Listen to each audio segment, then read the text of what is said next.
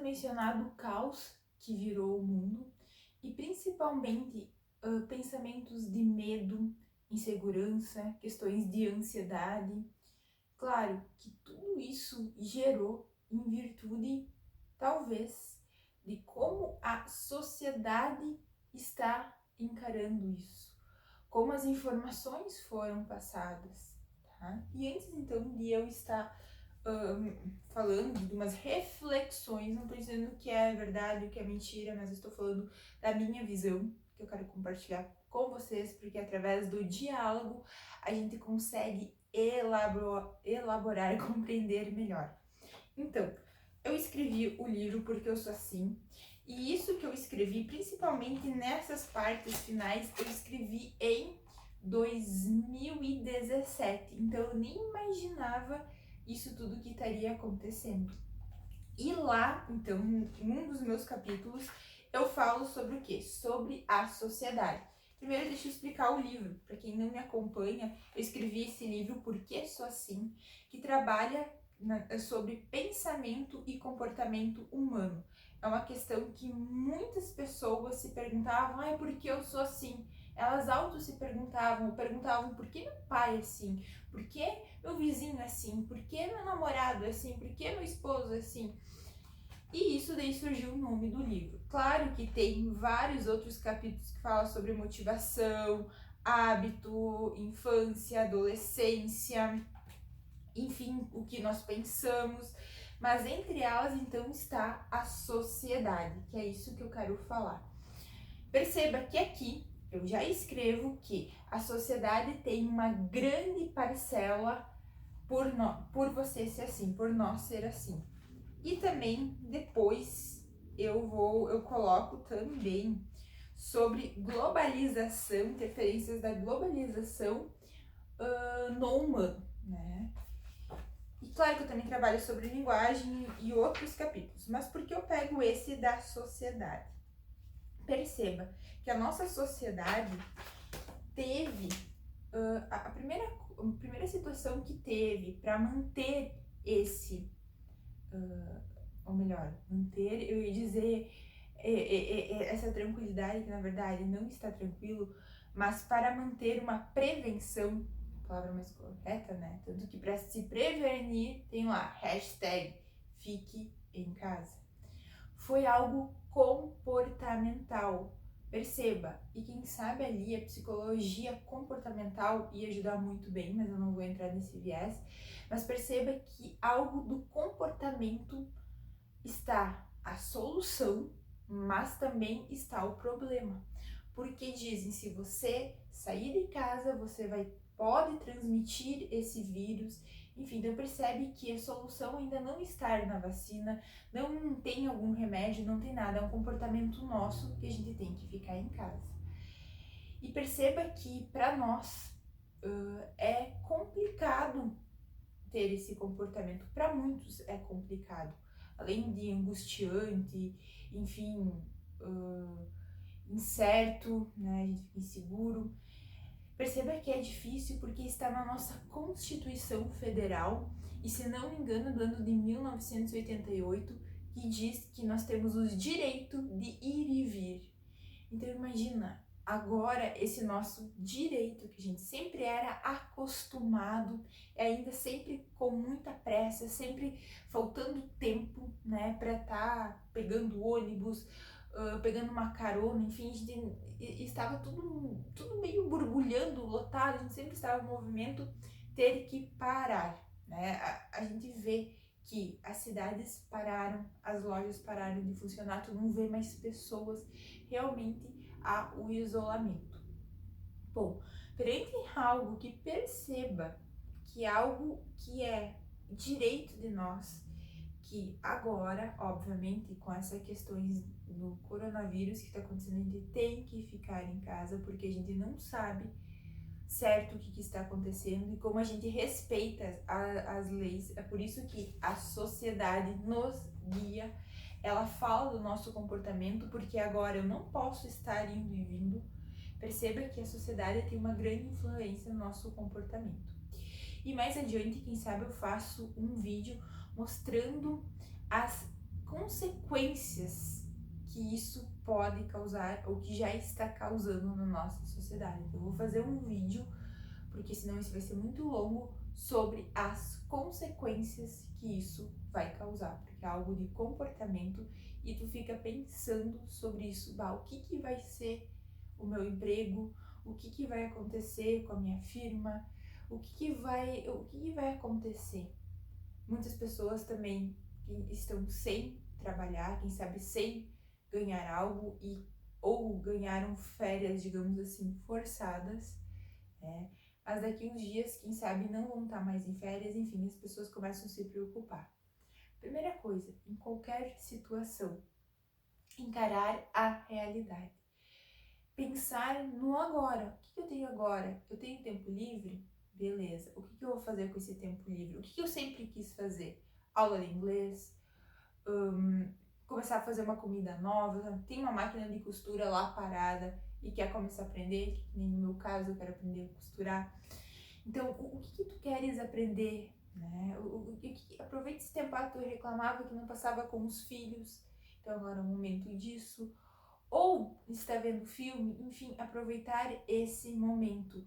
Ou começar também, até futuramente, algum negócio novo, né? Fomentar as tuas redes sociais, arrumar melhor os teus contatos para as empresas.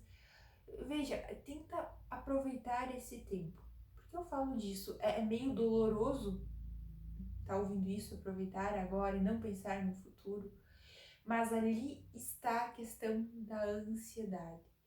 Quando a gente pensa muito no futuro, a gente perde o presente. O ansioso vive no futuro. Vamos supor, eu vou me formar, né? Vou me formar e eu já vi então a roupa de formatura, eu já vi o local, eu já vi tudo, mas ainda nem concluí a minha formatura. Eu ainda nem fiz o meu TCC, a minha conclusão de curso, eu nem fiz matérias obrigatórias, mas eu já tô pensando lá adiante e já tô mais vivendo o futuro do que o presente. Então, sim, a gente tem que viver, nós temos que pensar no futuro, mas não viver ele, viver mais o presente. A gente tem que estar, digamos assim, 70% no presente, porque o futuro é coisa incerta, ou você se imaginava passar por isso? Certamente, se a gente conseguisse prever essas situações, várias viagens, várias compras, várias coisas a gente teria deixado de fazer para estar economizando dinheiro. E perceba, a gente viveu aquilo, né? E agora a gente está vivendo um outro momento. São fases. Óbvio que pessoas serão prejudicadas. Óbvio que várias coisas irão mudar. Mas entrar numa situação de angústia desesperadora não vai adiantar em nada, pelo contrário, você vai adoecer. Quem sabe você vai fazer adoecer pessoas que você gosta, que tem convívio, brigas vão gerar, né, em casa. Enfim, várias coisas que poderiam ter um fluxo melhor na sua vida, por causa disso, vai piorar. Então, eu já dei sugestões, né? Sugestões, eu não tô obrigando ninguém também a escutar esse vídeo, enfim. Mas eu dei sugestões para estar vendo esse presente, trabalhando um pouco melhor e elaborando. Agora eu também vou falar de erros que eu achei, já que eu coloquei na sociedade. Algo que na sociedade, creio que, digamos assim, que pecaram, foi a forma de como foi mencionado essa situação.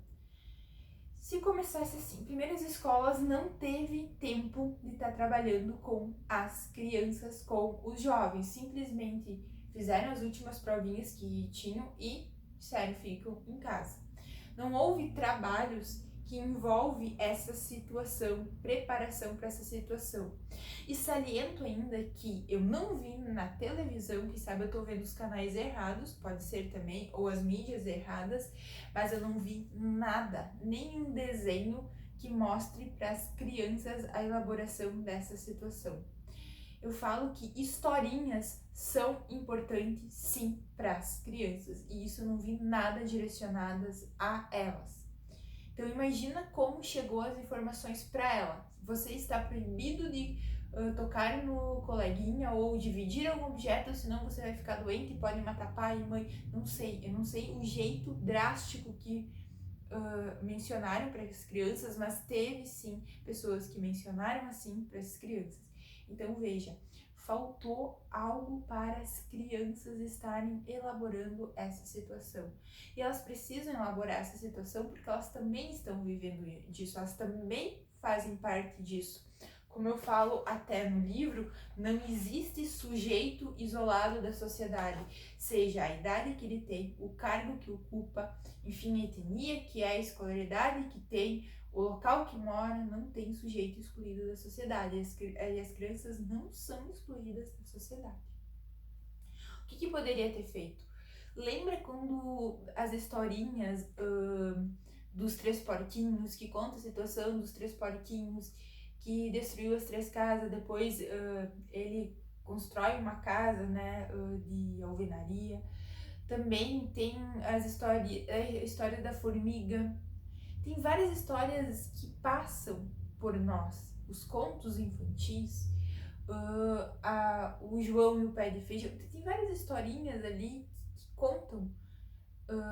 A do Chapeuzinho Vermelho, que ela foi enganada, né, pelo lobo mau, enfim. Mas depois tudo tem uma solução. Então, faltou histórias para estar contando para essas crianças para elaborar. Porque, querendo ou não, essas histórias dos três porquinhos, do Chapeuzinho Vermelho, é uma forma dela já elaborar para o futuro. Porque quer dizer, bom, problemas vão existir, mas você vai ter que tentar resolver. Pessoas sim vão te enganar, nem tudo é perfeito.